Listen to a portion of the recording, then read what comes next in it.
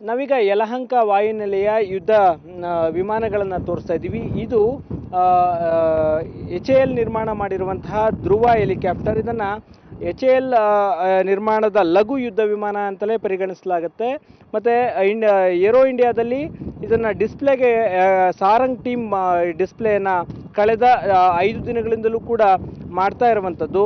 ಇದು ಅತ್ಯಂತ ಲಘು ವಿಮಾನ ಮತ್ತು ಲಘು ಹೆಲಿಕಾಪ್ಟರ್ ಮತ್ತು ಭಾರತೀಯ ಸೇನೆ, ವಾಯುಸೇನೆ ಮತ್ತು ನೌಕಾಸೇನೆ 3 ವಿಭಾಗಗಳಲ್ಲೂ ಕೂಡ ಈ ಹೆಲಿಕಾಪ್ಟರನ್ನು ಬಳಸಲಾಗುತ್ತೆ.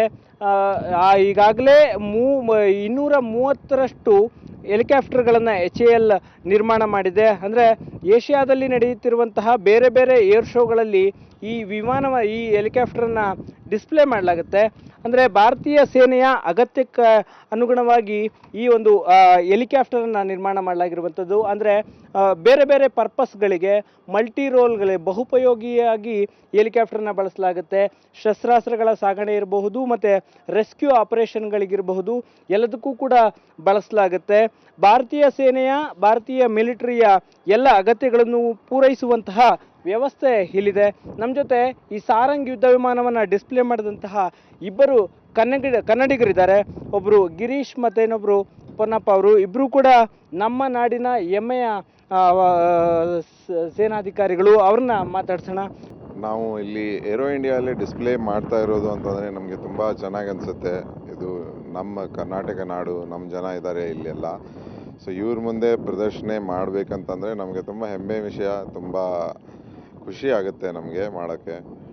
ಇದು ಸಾರಂಗ್ ಡಿಸ್ಪ್ಲೇ ಅನ್ನೋದು ಇದು ನಮ್ಮ ಕೆಲಸ ತುಂಬ ರೋಮಾಂಚಕವಾಗಿದೆ. ಸೊ ಈ ಥರ ಕೆಲಸ ಆಮೇಲೆ ನಮ್ಮ ಜನರಲ್ಲಿ ಬೆಂಗಳೂರಲ್ಲಿ ಮಾಡಬೇಕಂತಂದರೆ ಇದು ಒಂದು ಅಪರ್ಚುನಿಟಿ, ಒಳ್ಳೆಯ ಅಪರ್ಚುನಿಟಿ ನಮಗೆ. ನಮ್ಮ ಜೊತೆ ಕೊಡಗಿನ ವೀರ ಪೊನ್ನಪ್ಪ ಅವರಿದ್ದಾರೆ, ಅವ್ರನ್ನ ಮಾತಾಡ್ಸೋಣ.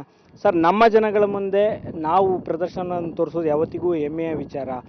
ಸಾರಂಗ್ ಟೀಮ್ ಪ್ರತಿ ಏರ್ ಶೋನಲ್ಲೂ ಭಾಗವಹಿಸ್ತಾ ಇದೆ. ಈ ಬಾರಿ ಯಾವ ಥರ ಜನರಿಂದ ಸಪೋರ್ಟ್ ಸಿಕ್ತು ನಿಮಗೆ?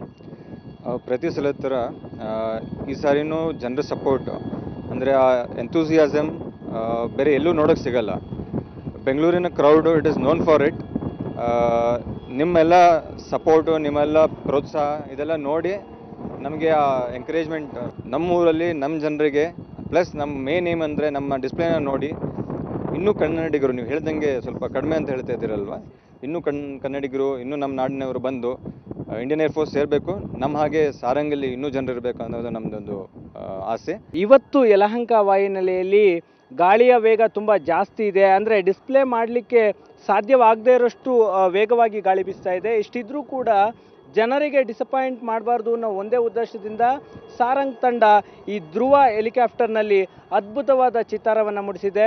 ಈ ಹೆಲಿಕಾಪ್ಟರ್ ಹಿಮಾಲಯದ ಎತ್ತರಕ್ಕೂ ತಲುಪುವಂತಹ ಸಾಮರ್ಥ್ಯ ಇದೆ. ಮೊದಲು ರಕ್ಷಣಾ ಇಲಾಖೆಯ ಕೆಲ ಅಧಿಕಾರಿಗಳು ಕ್ರಿಟಿಸಿಸಮನ್ನು ಮಾಡಿದರು, ಇದು 6000 ಮೀಟರ್ಸ್ ಕೂಡ ಹೋಗಲಿಕ್ಕೆ ಸಾಧ್ಯ ಇಲ್ಲ ಅಂತ.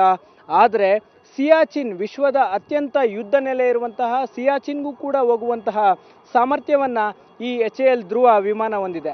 ಕ್ಯಾಮ್ರಾ ಪರ್ಸನ್ ವಿನೋದ್ ಜೊತೆ ಶಶಿಶೇಖರ್, ಸುವರ್ಣ ನ್ಯೂಸ್, ಬೆಂಗಳೂರು.